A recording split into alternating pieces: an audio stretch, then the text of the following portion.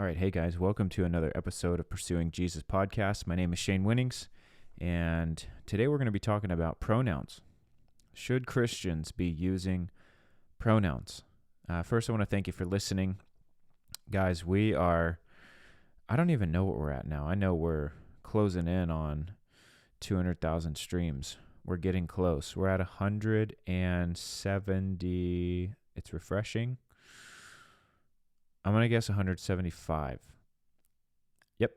We are at 175,000 streams. We're 25,000 away. That's less than a month. So guys, thank you so much for listening. Thank you for sharing the podcast. There are 4,900 new followers on Spotify. That is so incredible. So thank you guys. And listen, we are still looking for some partners. If you don't know, I'm a missionary. I'm fully funded and supported by donors, and we need 73 more partners. We got one more this morning. We need 73 more that are willing to give $1 a day towards our ministry. That's $30 a month, and we've got so much coming up. Travel and want to hire a videographer. I'm talking to a guy overseas right now who's interested, and he's got a really good-looking portfolio. And so, if you want to help us out, you can go to shanewinnings.com, just click give, and then send me a DM on Instagram because I would love to include you on the monthly donor Zoom. So be a part of our team. Join us on the Zoom. We'll get to talk to you a little bit, and hopefully we'll see you at a meeting at some point. I'm getting ready to be up in Washington State 2 different times, so check out my website. You can see my calendar on there. Let's get into this. Should Christians be using pronouns? My short answer is going to be absolutely not. Not even, your actual pronouns. You're a biological man, he, him. You're a biological female, she, her. I would not ever use any pronouns. Why? Because the use of pronouns has made its way into our lives as a form of saying, this is what I identify as. It's not a harmless thing. Like when you're teaching a young child, okay, this is what a pronoun is, because a pronoun is more than just he and him and they and them and all that stuff. I, you, he, she, we, they, it, right? It's more than just teaching a child, hey, a boy is a he, or you can call him a him. A girl is a she and a her. That's not what this is. This is not innocent. This is an agenda. This is promoting and violently advancing. And I say violently because look at what happens to people who don't play the game. That's why I say violently. I don't mean physically violently. I mean the manner and the method at which this movement is being pushed is violent, and it's extreme, and it's strong, and we have to come against it. And so I want to give biblical advice to people who are like, I believe I've got followers who are genuine, they're pure-hearted, and they might just be like, I don't know what I should do. Well, I want to tell you right now, do not bend to culture. Do not play the game. This is not something innocent. This is an agenda. And again, it is to publicly declare, hey, this is what I identify as. And it's because people believe that they can identify as whatever they want. And of course you can, but anyone with common sense would tell you that you have a mental issue. You have some sort of mental disorder, or you're going through a mental health crisis, and that stuff is not something to joke about. I believe that these people are sincerely and genuinely very sick in their mind, and they need help. They need deliverance. They need salvation. They need healing. They need freedom. It's not something to make fun of or poke fun at. These people are actually sick in their mind. Because I'll tell you that when I was growing up, if an adult told me, hey, I identify as a kitty cat and I like to walk around on my hands and knees and I pee in a litter box and I eat out of a cat bowl, I would say, Dad, something is wrong with that man or that woman. They need help. But now this is common practice. I've seen videos of people identifying as as a Zir, whatever the heck that is. I've seen a video where a person, I don't even know their gender, but they said that their pronouns are demon. They had demon pronouns. You can have any pronouns you want. But as a Christian, you do not have pronouns. You have an identity that was given to you by God. You were made in His image. And you have a specific DNA for your body that you will keep for your duration on this earth. When you die, if you are born again, you'll receive a glorified body. And if you're not born again, this body will, it's a tent, it's temporary. And you're going to leave this body behind, and your soul will be tormented forever in a lake of fire. And that is why we preach the gospel so unapologetically, is because it's the only thing that can save the human soul. And this is something we need to be concerned with as Christians, because all of these movements are catering to flesh. They're catering to the human experience, which is temporal. It's not eternal. And you as a Christian and I cannot afford to get caught up in a temporal fight. We have to keep our eyes fixed on the eternal. And I'm telling you that God does not identify Himself by pronouns. In fact, Jesus is the one who said, before Abraham was, I am. Before Abraham was, I am. God is making a statement. What is the statement that you're making? What do you think that the statement is? Maybe you're on the fence and you're saying, well, I just want to, I want to identify as my proper pronoun. I don't want to play their game, but, I'm being pressured into putting pronouns in my bio or blah, blah, blah. Anytime I look at someone's bio on social media and they have pronouns, I already know where they stand, most likely, on most issues. And you reveal what you believe in by the practices that you follow. And I'm telling you that this is not one that you want to be a part of. You don't want to be a Christian caught up in a culture war, caught up in the agenda of the trans and the LGBTQ and IAX347Z, the letter B, the number Q. You don't want to be a part of that group, which is responsible for the decay of this country. And this agenda of pronouns, I try to say this lovingly, but you can't have a pronoun if you're a Christian. You don't. You've already been identified at birth by God. When you're born, the doctor, well, they used to. I don't know if they do anymore, but they'll look at you and they'll do an ultrasound and they'll say, you see that? That's a little penis right there. You're going to have a baby boy. Or you see that? That's a baby girl. You've been identified. And it's because God made you that way. And you don't have the right to identify yourself. You didn't make yourself. God made you. This life it's a loan. It's not even a gift, because a gift is something that's just one way and there's no consequence to it. There's no anything. This life is not a gift. It's a loan. And Jesus made that clear when He was speaking in parables, and He gave the parable of the talents. Some got 5 talents, some got 2, and one person got 1. And He's expressing what the kingdom system is like. You see, this life is a talent. It's a coin. This life is currency. And whatever you do with it, it matters. If you just go and you do nothing with your life and you bury it and you keep it, try to maintain it for yourself, you're going to lose it. But Jesus makes it clear that if you lose your life for his sake, if you lay it down, if you take a risk, take a leap of faith in his name, you're going to find true life. This life is not a gift. It's not a one-way thing. It is a loan.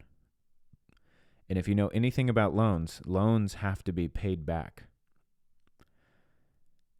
And so when you get loaned this life, you can live it up for yourself as if there's going to be no payment.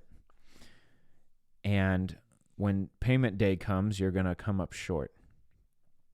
And there is an eternal consequence for that.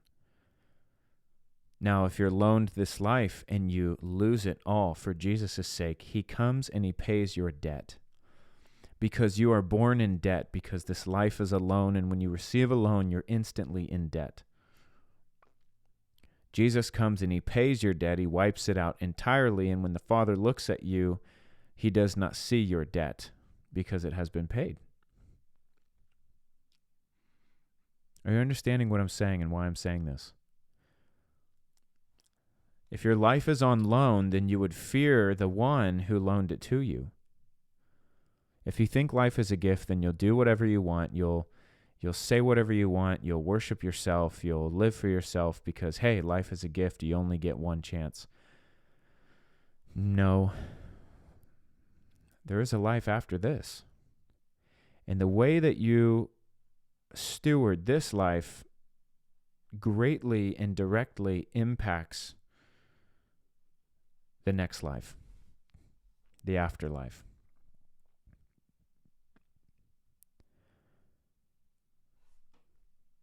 Are you prepared for the afterlife? Are you prepared to spend eternity with God? Or are you not even considering God? Because I'm telling you that whether you believe or not, the afterlife is coming.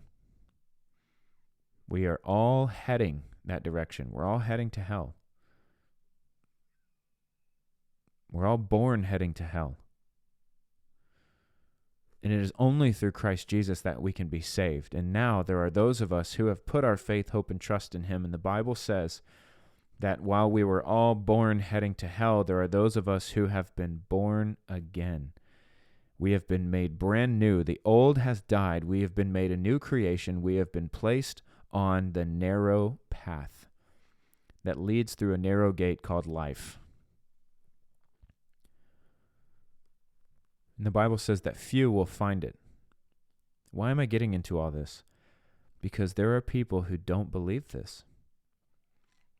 And this life is all that they get because they don't believe in an afterlife, or they're not interested in the one that Jesus presents. And so they say, well, this life is all I get, so I'm going to live it up and I'm going to do it my way. And when you begin to live selfishly and pridefully, deception is running rampant.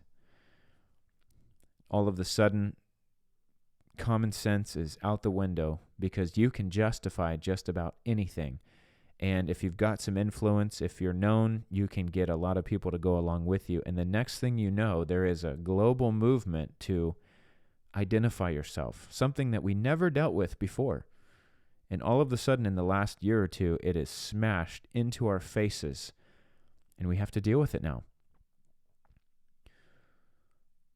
And it is people who think that they have the right over their own lives before a holy God to change their very identity that was given to them by that holy God.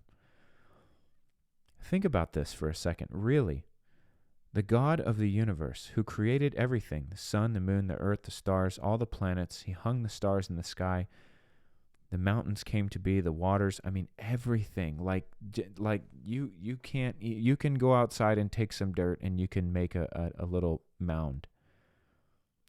But you're still using someone else's dirt.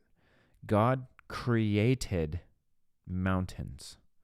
He created earth and humans. And you think of just how intricate the human hand is and all the bones and everything. I mean, he created it. He didn't assemble it from pre-created parts from someone else. He's the creator, and he made us. In Genesis shows male and female, he created them. That's it. That is what God created. And so now we have created beings who look back at a creator and say, I am not happy with who I am. I want to be someone else. And I have the power over my own life, and I am going to change my gender. Not only am I going to make people call me a different gender or different titles, meaning pronouns, I'm also going to engage in hormone therapy, puberty blockers. I'm also going to cut myself up and mutilate my own body so that I can make myself into the image of another, even though God made me in his image. Think of the pride and also the great depth of deception that is taking place in the lives of these people. And you wonder, should I use pronouns? And this is the heart of that entire agenda. I can be whatever I want. I don't care about God or who he made me to be. Some people will even twist it and say, God actually meant for me to be this. So somewhere along the line, he messed it up. God actually meant for me to be a girl. I'm a guy. So I'm going to go ahead and get myself a little surgery and take some medication. And next thing you know, I'll be something of a girl, even though those who get these things performed, they will never be the gender that they desire to be. And they don't want to tell you about the suicide rate and the anxiety and depression rate of those who do get these surgeries. They don't want to tell you about even teens, the majority of which, and I mean the overwhelming majority, I think it's over 90% of these kids, the issues work themselves out in a couple of years. They're just confused. There's so many kids who got these surgeries and they're now weeping online. They're weeping and they're saying, I wish someone would have told me to wait. I can never undo what I've done. And it all began from a demonic idea that you can determine your own identity. You can change it. Doesn't matter about a holy God. You can do whatever you want. I'm telling you, you want no part of this thing. If you have pronouns in your bio, get them out. Even if it's your biological pronouns, get them out of there. You don't need them in there because you are playing into the idea that you get to decide what your pronouns are. And at the time right now, you're going along with your biological pronoun. No, I'm not playing that game whatsoever. I don't have pronouns. I'm a man. I was born a male and I'm going to die a male. Why? Because God made me that way. And I'm married to a female and my son is a male. And he's going to be a male, and I'm going to raise him to be a male. And if he ever gets an idea of, hey, I wonder if I could ever be a girl, I'll tell him, no, son, that's not possible. God made you a young man, and that's exactly who you were meant to be. God doesn't make any mistakes. You're amazing. And I'll just constantly affirm him and who he is. And you know what? Kids get wild ideas. Kids want to be dinosaurs. Kids want to be this. Kids want to play that. They're kids. Their brains are not even fully developed. Should we let these kids identify themselves and then take medication and encourage that and then eventually get a surgery? That is child abuse. We have to take a stand here. We have to speak out against this stuff. And the first thing we do is we don't play along. And the other thing we do is we don't call people by their pronouns. You just call them what they are. I'm not going to play your game. I'm not going to call you a they, them. I'm not going to call you a whatever. If I'm looking at a girl, I'm going to say ma'am. If I'm looking at a guy, I'm going to say sir or dude or whatever. Because that's what the truth is. I don't care what your facts are. I care about the truth. And so I'm going to live in truth. And I'm not going to play in a fantasy world. I just will have no part of it. And if you're nervous about that, I just want to encourage you. Get alone with the Lord. Get in prayer. Ask him to help you have the strength to not cave and not bend into people's games. Even if it's your own family, you can just tell them, hey, listen, I love you so much.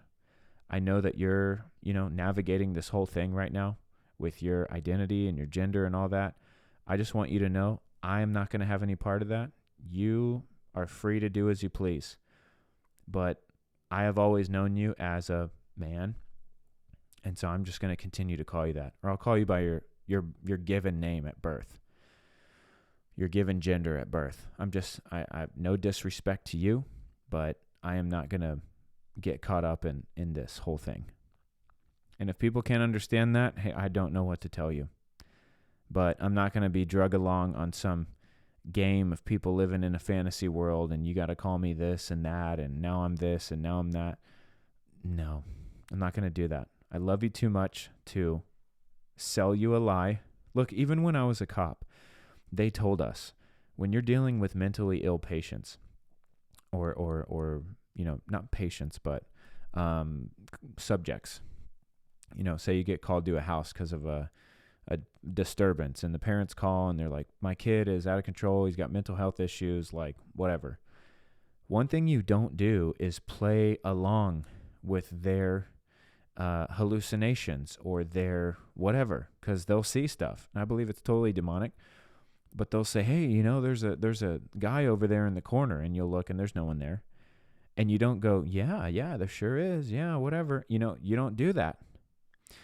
You say, hey, I'm sure that you really believe that there's someone over there, but I just want to let you know that there isn't anyone over there. Or they'll say, hey, I can't step on the grass because, it's going to turn into lava or something. I'm telling you, we've heard some crazy stuff. I mean, there's people that are going through real mental health stuff. Do not affirm them in their delusion. You just say, hey, I am sure that you believe if you step on the grass, it's lava. But I just want to tell you, I promise you that that's just grass and nothing's going to happen to you. No, that's really lava. Okay, I'm just letting you know it's not. It's really not. You don't play into their lie. They teach you that as a police officer, and that's what good cops should do. Guess what? As people, we do the same thing. When people are walking around in delusion and all this stuff, hey, I'm sure that you feel like you're this way, but I'm looking at you. You're a man. You were born as a man, and I had to do that when I was a cop, and this stuff wasn't even really trending yet, because it's just another trend. It's just another fad. It's not going to last. But I arrested someone who was a man, and I could tell that they were trying to be a girl, and I asked for their license, and it said male on there, and I'm like, all right, sir, I'm going to take you to jail. Oh, it's miss or it's ma'am. And I said, hey, listen, you're a man. Your ID says you're a man. And so I'm going to identify you and I am going to address you the same way that the state of Washington would address you. You are a biological male. And so I'm going to call you sir. I don't feel comfortable, playing a game and saying all these other things. No disrespect to you, but I'm going to call you sir. Well, I'm transitioning to be a female, so I would appreciate it if you call me. I would say, hey, I understand you're going through all that. Listen, you're sir to me, okay? Not going to play the game. And they can hate you, they can disagree with you, but they have to respect it. Even if they don't respect it, I'm telling you, people respect when you won't bend. They can call you all kinds of names, they can say whatever, but on the inside, I'm telling you, people respect people who keep it real. And so I'm going to leave it on that. Christians, we shouldn't be having pronouns. Honestly, this could be for unbelievers too. You shouldn't play the game, because you give an inch, they're going to take a mile. They get everyone on the pronoun train. What's next? Everyone's got to wear a ribbon to support trans lives or something. Like it's just going to keep going if we allow it. So we just put our foot down and we say, no, we're not going to do that. No hard feelings. I love you as a person. I respect you as a person. I could tell you're going through some really hard stuff with your identity and your gender fluidity and all that. And you know what? I'm not judging you on that, but I'm respectfully not going to play the game. Okay? Because I am not going through a mental health crisis. I am not confused about my gender. And I'm also not confused about other people's genders. So, respectfully, I'm going to call it as it is. And if you live in a place where that's becoming criminal, oh boy, I don't even know. I would have to really pray about what advice to give you there, because that is hard. Honestly, I would probably go to jail for telling the truth. I would not lie to keep myself out of jail, because if you bend there, where else are you going to bend? So I say, wherever you live and whatever you're facing, just stick with the truth, because God can advocate for you if you're telling the truth. But God cannot defend you if you're lying or if you're pretending. God can always stick up for you if you're telling the truth. Amen? Hey, listen, thanks for listening, guys. Hope this cleared something up. Some of this was just me processing with you guys out loud, but we are living in some trying times, and I hope to provide just a little bit of clarity. That's why I like to kind of, this, I don't have a script for this. This is just raw. This is, if you were to ask me a question over coffee or something, or I was addressing, a group of young men and women or something, this is the advice I would give. And I really hope it helps just bring a little bit of clarity to these times that we're in. If it did, share it, send it to some friends and family, and we'll see you guys tomorrow. Thanks for listening.